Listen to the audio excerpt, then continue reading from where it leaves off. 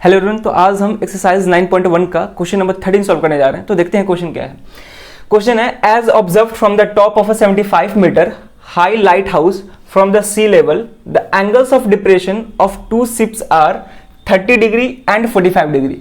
If one ship is exactly behind the other on the same side of the lighthouse, find the distance between the two ships. ठीक है, तो इस question में एक lighthouse है। Lighthouse क्या होता है? शिप को डायरेक्शन दिखाने के लिए एक लाइट हाउस होता है जो कि टावर की तरह होता है। तो एक लाइट हाउस है, जैसे कि ये मेरा लाइट हाउस है, इसको भी हम वर्टिकली स्ट्रेट लाइन से रिप्रेजेंट कर रहे हैं। और ये मेरा सी लेवल है। ठीक है, ये मेरा सी लेवल है। अब लाइट हाउस के टॉप पे, ये मेरा लाइट हाउस का टॉप है, इस टॉप से एक ऑब्जर्वर है जो कि शिप को देख रहा है। और इस सी लेवल में दो शिप्स हैं। एक मान लेते हैं शिप इस पोजीशन पे है कहीं, ठीक है, और दूसरा शिप जो है इसके जस्ट बिहाइंड है। बिहाइंड का मतलब इसके जस्ट पीछे है। तो मान लेते हैं कि वो शिप, दूसरा शिप यहाँ पे है, क्योंकि इस क्वेश्चन में दो शिप का बात किया जा रहा है, दो जहाज का बात किया जा रहा है। और दोनों जहाज जो है एक ही लाइन में है, यानी कि सेम डायरेक्शन में है। क्लियर है? सेम डायरेक्शन कहां से? लाइट हाउस से। ठीक है, लाइट हाउस के सेम साइड में है दोनों। क्लियर है यहां तक? चलो, अब लाइट हाउस के टॉप पे कोई आदमी खड़ा होके अब दोनों शिप को देख रहा है। अब दोनों शिप को जब देखेगा तो उसको अपने हॉरिजॉन्टल लाइन से नीचे की तरफ देखना पड़ेगा। इस ऑब्जर्वर को नीचे की तरफ देखना पड़ेगा, यानी कि जो भी मेरा लाइन ऑफ साइट होगा, लाइन ऑफ साइट कुछ ये होगा। क्लियर है यहां पे? और इस शिप के लिए लाइन ऑफ साइट क्या होगा? लाइन ऑफ साइट ये होगा। ठीक है, ये मेरा लाइन ऑफ साइट होगा।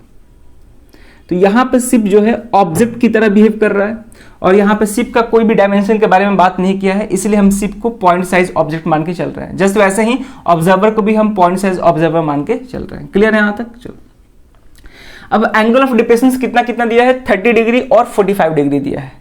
अब एंगल ऑफ डिप्रेशन या एंगल ऑफ एलिवेशन जो होता है हॉरिजॉन्टल लाइन के साथ बनता है। तो पहले हमको हॉरिजॉन्टल लाइन बनाना होगा, तो ये होगा हॉरिजॉन्टल लाइन। ठीक है, अगर ऑब्जर्वर जब सामने देखता है तो उस केस में जो भी लाइन ऑफ साइट मिलता है वही मेरा क्या होता है? Horizontal line. तो ये मेरा हॉरिजॉन्टल लाइन होगा। ठीक है, और ये हॉरिजॉन्टल लाइन जो है सी लेवल के जस्ट पैरेलल होगा। क्लियर है यहां तक?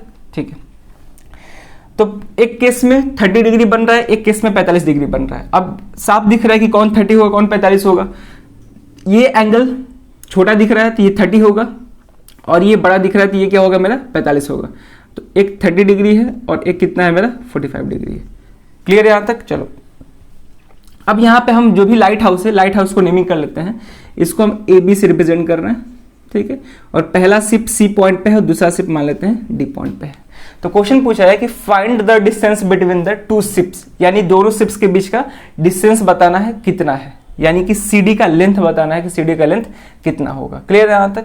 और ये तो 90 डिग्री बनाएगा ही। ठीक है, चलो, तो यहां पर हम लिख देते हैं कि ए बी क्या रिप्रेजेंट कर रहा है? ए बी रिप्रेजेंट कर रहा है हाइट ऑफ लाइट हाउस। ठीक है, हाइट ऑफ लाइट हाउस। और क्वेश्चन में लाइट हाउस का हाइट भी दिया है 75 मीटर, यानी कि ए बी का लेंथ भी मालूम है हमको 75 मीटर। क्लियर है यहां तक? चलो, अब देखेंगे ध्यान से। इस फिगर में हमको दो राइट एंगल ट्रायंगल दिख रहा है। कौन कौन सा? एक ट्रायंगल दिख रहा है ए बी सी, और दूसरा दिख रहा है ए बी डी। दो राइट एंगल ट्रायंगल दिख रहा है, और दोनों का यूज करके हम सी डी का लेंथ फाइंड करेंगे। सी डी क्या है? डिस्टेंस। यहां पे लिख देते हैं सी डी क्या रिप्रेजेंट कर रहा है? Distance between two ships. ठीक है, दोनों शिप्स के बीच का डिस्टेंस बता रहे हैं। यहां पे वही पूछा, डिस्टेंस बिटवीन टू शिप्स वही है। क्लियर है यहां तक? अब देखेंगे ध्यान से। अब क्योंकि जो मेरा हॉरिजॉन्टल लाइन है वो सी लेवल के पैरेलल है, तो अगर ये पैरेलल होगा तो यहां पे AC जो है, AC ट्रांसवर्सल की तरह बिहेव कर रहा है, और यहां पे AD भी ट्रांसवर्सल की तरह बिहेव कर रहा है। अब ध्यान से देखेंगे, अगर AC को ट्रांसवर्सल मान के चल रहा है तो ये एंगल जो 45 डिग्री वाला एंगल है, ये एंगल और ये एंगल दोनों इक्वल होगा। अब कैसे इक्वल होगा? अल्टरनेट इंटीरियर एंगल से इक्वल होगा। तो ये 45 है तो ये भी कितना होगा? 45 डिग्री। ठीक है, जस्ट वैसे ही अगर हम AD को ट्रांसवर्सल मान के चल रहे हैं, तो अगर AD को ट्रांसवर्सल मान के चलेंगे तो 30 डिग्री ये वाला एंगल और ये वाला एंगल क्या होगा? मेरा इक्वल। कैसे? अल्टरनेट इंटीरियर एंगल से। तो ये भी मेरा कितना होगा? 30 डिग्री होगा। क्लियर है? तो हमको ट्रायंगल के अंदर एक्यूट एंगल्स भी मालूम चल गए। अब हमको केवल क्या करना है, CD का लेंथ निकालना है कि CD का लेंथ कितना होगा। तो देखते हैं, और यहाँ पे मान लेते हैं कि इन दोनों के बीच का डिस्टेंस x है, कुछ नहीं है तो मान लेते हैं दोनों के बीच का डिस्टेंस कितना है, x है। हमको x ही फाइंड करना रहेगा लास्ट में। तो लिखेंगे let the distance between the to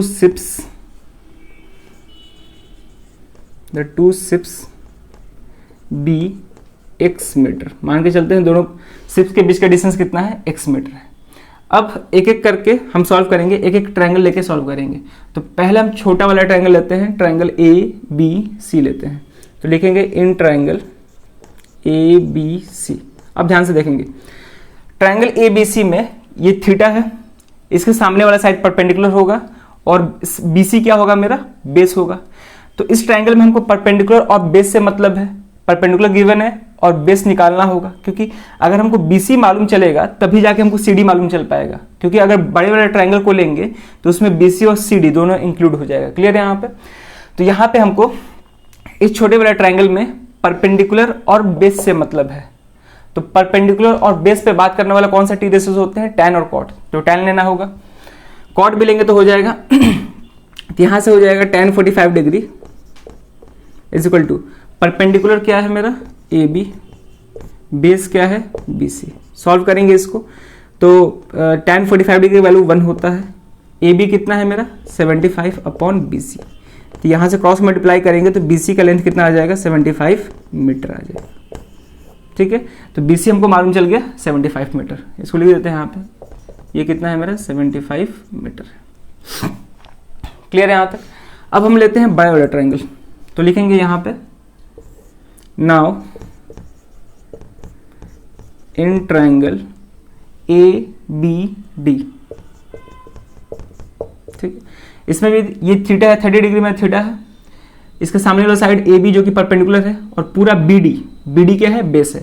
तो इसमें भी परपेंडिकुलर और बेस से मतलब है, यानी कि यहाँ भी tan लेना होगा। तो tan 30 degree equal to perpendicular मेरा AB है, बेस पूरा BD है। ठीक है, तो tan 30 का वैल्यू क्या होता है 1/√3। AB 75 मीटर है, BD को हम CD प्लस BC लिख सकते हैं और यहाँ पे लिख देते हैं CD प्लस BC। अब इसको फर्दर सॉल्व करेंगे तो 1/√3 equal to 75 divide by CD को क्या माने हैं x, तो x प्लस यही फाइंड करना है, x ही फाइंड करना है, और BC कितना है मेरा 75, यहाँ पे लिख देंगे 75। क्लियर है यहाँ तक? अब क्रॉस मल्टीप्लाई करेंगे तो इधर क्लीन कर रहे हैं क्योंकि जगह है नहीं, तो इधर हम थोड़ा सा क्लीन करेंगे। अब इसको क्रॉस मल्टीप्लाई करेंगे तो ये हो जाएगा, ये पूरा 1 के साथ मल्टीप्लाई होगा तो x प्लस 75 ही रहेगा इज इक्वल टू 75 इंटू √3, तो ये हो जाएगा 75 √3 हो जाएगा। क्लियर है? अब हमको x फाइंड करना है जो कि डिस्टेंस बिटवीन टू शिप्स है। तो x फाइंड करने के लिए इधर ही छोड़ देंगे x को और 75 को उधर भेज देंगे, तो 75 √3 ये प्लस में इधर आके माइनस हो जाएगा। क्लियर है? तो इसको फर्दर सॉल्व करेंगे तो इन दोनों टर्म्स में 75 कॉमन हो जाएगा, तो 75 कॉमन कर लिए, यहाँ पे √3 बचेगा और यहाँ पे 1 बचेगा। ठीक है, इतना मीटर। तो इतना पे ही छोड़ देंगे, बुक में ऐसा इतना ही दिया है। अगर √3 का वैल्यू दिया रहता तो √3 का वैल्यू पुट करते 1.732, नहीं तो ऐसे ही छोड़ देंगे। ठीक है, तो ये x क्या था मेरा, distance between the two ships था और वो हम फाइंड कर लिए। ठीक है, तो लास्ट में लिख देंगे therefore distance between the two ships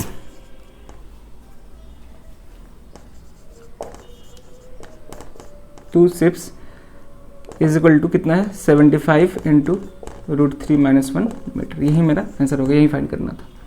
clear है? तो ऐसे पहले फिगर बनाएंगे और फिगर को अच्छे से एनालाइज करके यहाँ पे मैथमेटिक्स लगाएंगे, तब जाके जो भी क्वेश्चन में दिया है वो आसानी से निकल जाएगा। क्लियर है? चलो, तो इस वीडियो में ये क्वेश्चन रहेगा। अब मिलते हैं नेक्स्ट वीडियो में नए क्वेश्चन के साथ। Thank you.